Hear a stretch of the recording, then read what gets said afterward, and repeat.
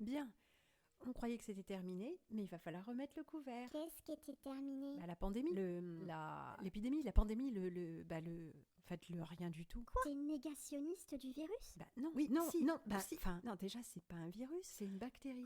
Qu'est-ce que c'est que cette histoire? On en a déjà parlé, souviens-toi. C'est les médecins italiens qui l'ont dit. Les médecins italiens, mais de quoi tu parles? Un médecin italien? Ça existe ça? Les Italiens, tu sais bien, ils comprennent rien à rien. Ciao bambino! Les médecins italiens qui ont pratiqué les autopsies, en avril 2020, le docteur Giampaolo Palma, directeur de la santé du Centre des maladies cardiovasculaires de Parme et ancien spécialiste de l'université de Parme, déclarait au quotidien de Naples: Les patients vont en réanimation pour une thromboembolie veineuse généralisée, en particulier une thromboembolie pulmonaire. Je ne veux pas vous paraître excessif, mais je pense qu'aujourd'hui, enfin, la cause de la létalité du Covid-19 est peut-être presque claire. Aujourd'hui, nous disposons des premières données issues des découvertes anatomopathologiques de tissu pulmonaire prélevés sur les premiers patients décédés. donc des autopsies. Une grande aide à la thérapie dans la phase intermédiaire de la maladie est de dissoudre les thromboses et il est donc nécessaire de prévenir ces thromboembolies. Si vous ventilez un poumon où le sang n'arrive pas, ce n'est pas efficace. En fait, 8 patients sur 10 meurent. Cette information est confirmée par les observations du docteur Kyle Sidel, médecin urgentiste à New York.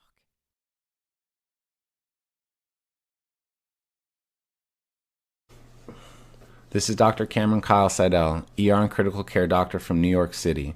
9 days ago, I opened an intensive care unit to care for the sickest COVID positive patients in this city.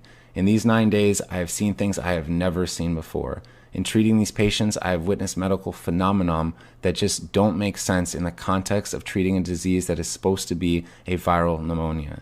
9 days ago, I presumed I was opening an intensive care unit to treat patients with a virus causing a pneumonia that was ravaging lungs across the world, starting out as something mild, a cough, a sore throat, and progressively increasing in severity until ultimately ending in something called acute respiratory distress syndrome, or ARDS. This is the paradigm that every hospital in the country is working under. This is the disease, ARDS, that every hospital is preparing to treat. And this is the disease, ARDS, for which in the next 2 to 6 weeks, 100,000 Americans might be put on a ventilator. And yet, everything I've seen in the last 9 days, all the things that just don't make sense, the patients I'm seeing in front of me, the lungs I'm trying to improve, have led me to believe that COVID-19 is not this disease, and that we are operating under a medical paradigm that is untrue. In short, I believe we are treating the wrong disease. As far as I can see, is not a pneumonia and should not be treated as one. Rather, it appears as some kind of viral-induced disease, most resembling high-altitude sickness. It is as if tens of thousands of my fellow New Yorkers are on a plane at 30,000 feet and the cabin pressure is slowly being let out. These patients are slowly being starved of oxygen.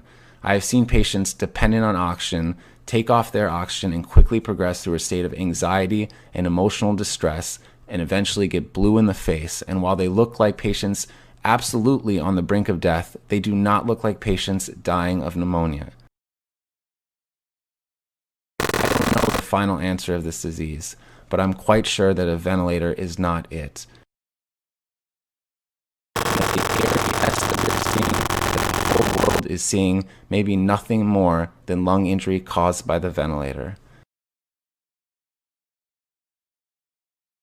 This video is a follow-up to my last video, which was called What Doctors Are Learning from Autopsy Findings of COVID Patients. Just after I published that video, not even a day later, this study came out, published in the Annals of Internal Medicine, which I'll put a link in the description below. And what makes this study such a big deal is that it's the first study that looked at this many autopsies of patients who died of COVID. Not only did they do complete autopsies, but they used CT scans to scan the entire body for blood clots. All 12 of the deceased had tested positive for SARS coronavirus 2 by means of RT-PCR. In 4 cases out of the 12, massive pulmonary embolism, meaning massive blood clots in the pulmonary arteries, was the cause of death.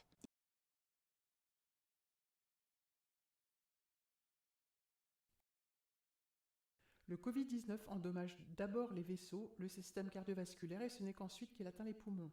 C'est la microthrombose veineuse et non la pneumonie qui est à l'origine du décès.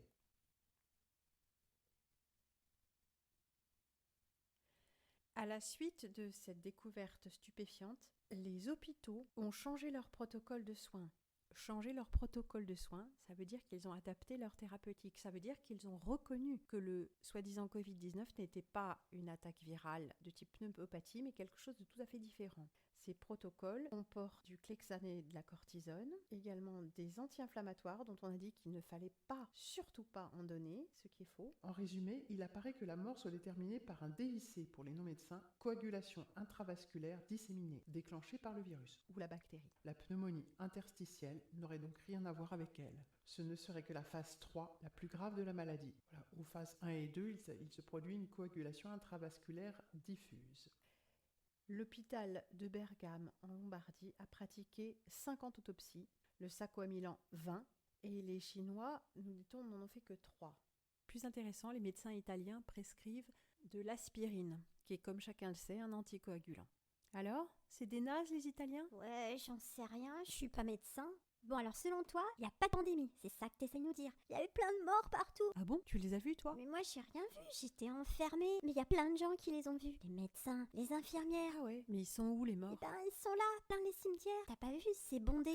Non, justement, j'ai rien vu. Et puis je voudrais te demander, t'en connais combien, toi, des gens de moins de 85 ans qui sont morts subitement, un petit coup de fièvre le soir, et poum, 3 jours après, ils sont aux urgences en train d'étouffer. Ah, c'est terminé. J'en connais pas. Ah bon, t'en connais pas ? Et dans ta famille, il y en a combien ? Et parmi les gens que tu connais, combien il y en a connaissent qui sont morts ? Je sais pas, des gens, enfin il paraît, ils sont morts du Covid, tout le monde le sait. Tout le monde le sait, comme le chanteur Christophe. Mais non, lui il est pas mort du Covid, la famille, elle a démenti. Ils étaient furieux. Tiens, ça me rappelle un cas. Le frère de ma copine, il est mort comme ça. Bon, il est pas mort du Covid, mais c'était écrit Covid. Alors c'est qu'il est mort du Covid. Bah non, elle l'a su de façon tout à fait anecdotique. En fait, elle n'est pas censée le savoir, mais il est pas mort du Covid. Ah, au fait, t'as pas vu les directives de l'OMS ? Quelle directive ? Marqué comme décès du Covid, tous les décès, de près ou de loin, auraient pu être en contact, peut-être, avec quelque chose qui serait comme un peu de vapeur d'eau qui se balade par-ci par-là. Oh, t'exagères, tu vas remettre ça. Ligne directrice pour la certification et la classification, codage, des décès dus à la Covid-19. Classification des décès. Alors là, c'est troublant, parce que dialectiquement, les choses sont retournées. Écoutez plutôt. Un décès dû à la Covid-19 ne peut pas être imputé à une autre maladie, par exemple un cancer. Il doit être comptabilisé indépendamment des affections préexistantes qui sont soupçonnées d'avoir déclenché une évolution grave de la Covid-19. En clair, quelqu'un qui a un cancer, même en phase terminale, quelqu'un qui a une maladie grave, on considère que c'est de toute façon le Covid-19 qui a tué cette personne, même si un décès dû à la Covid-19 ne peut être imputé à une autre maladie. C'est-à-dire que, par définition, on décide, dans le cas d'une pathologie lourde ou multiple, que la cause du décès est le Covid-19. Ça, c'est un présupposé. C'est-à-dire qu'il n'y a pas eu d'autopsie, et nous savons, de nombreux médecins en témoignent, qu'il n'y a pas une cause de décès et qu'un certificat de décès ne se remplit pas en cochant des cases oui, non, mais en incluant des facteurs de comorbidité. Donc ces facteurs de comorbidité sont étudiés uniquement sous l'angle où ils ont, nous dit-on, déclenché une évolution grave de la Covid-19. Les comorbidités, la condition sanitaire préexistante du patient l'a prédisposé à une infection. D'ailleurs, on n'a pas besoin que ce soit vérifié que c'est la Covid-19 parce qu'il n'y a pas eu de grippe cette année. Il n'y a pas eu non plus d'autres coronavirus que la Covid-19. On nous l'explique bien, encore une fois de façon biaisée dans ce petit document très intéressant. Étant donné qu'il existe de nombreux types de coronavirus, il est recommandé de ne pas utiliser le terme de coronavirus au lieu du terme Covid-19. Cela permettra de réduire l'incertitude quant à la classification et au codage et de surveiller correctement ces décès. Ce qui est incorrect puisqu'il n'y a pas d'autopsie, donc on ne sait pas à quel type de coronavirus, si encore il s'agit d'un coronavirus, qui a causé la mort ou qui a été un facteur de comorbidité. Donc en fait, tout est mis dans le même sac. Quand il y a ne serait-ce qu'une suspicion, nous lisons ça, nous allons lire l'article dans un instant, quand il y a ne serait-ce qu'une suspicion, il s'agit du Covid-19 et non pas d'un autre coronavirus, et non pas d'une autre maladie, et non pas d'un facteur de comorbidité. Définition des décès dus à la Covid-19. À des fins de surveillance est considéré comme un décès dû à la Covid-19, un décès résultant d'une maladie cliniquement compatible chez un cas probable ou confirmé de la Covid-19. Confirmé en l'absence de test ou d'autopsie. Confirmé. Qui c'est qui confirme ? C'est confirmé. Un décès dû à la Covid-19 ne peut pas être imputé à une autre maladie, par exemple un cancer. et doit être comptabilisé indépendamment des affections préexistantes qui sont soupçonnées d'avoir déclenché une évolution grave. Un décès à la Covid-19 doit être comptabilisé indépendamment des affections préexistantes. Ça ne s'est jamais vu. Si quelqu'un a une fragilité des poumons, si quelqu'un a une fragilité cardiaque, cardiovasculaire, un cancer, une maladie auto-immune, ce ne sera pas pris en compte. C'est quand même assez extraordinaire, mais qu'importe finalement. Nous allons parler de quelque chose de beaucoup plus drôle, croyez-moi. À présent, nous allons nous intéresser aux chiffres fournis par l'Institut national des statistiques et des études économiques, l'INSEE. Et là, nous apprenons, c'est intéressant, évolution du nombre de décès depuis le 1er mai 2020. Entre le 1er mai et le 20 juillet 2020, 123 104 décès sont enregistrés en France à la date du 31 juillet, soit 3% de moins qu'en 2019 et 1% de moins qu'en 2018. Ce nombre est toutefois encore provisoire. Ainsi, sur la période allant du 1er mai au 29 juin, le nombre de décès, qui était de 91 852 lors de la diffusion du 10 juillet, est revu à la hausse pour s'établir à 93 336 à la date du 31 juillet, soit une révision de 1,6%. Depuis le 1er mai, comme le confirment les données récentes, on ne constate plus en France d'excédent de mortalité par rapport aux 2 années précédentes.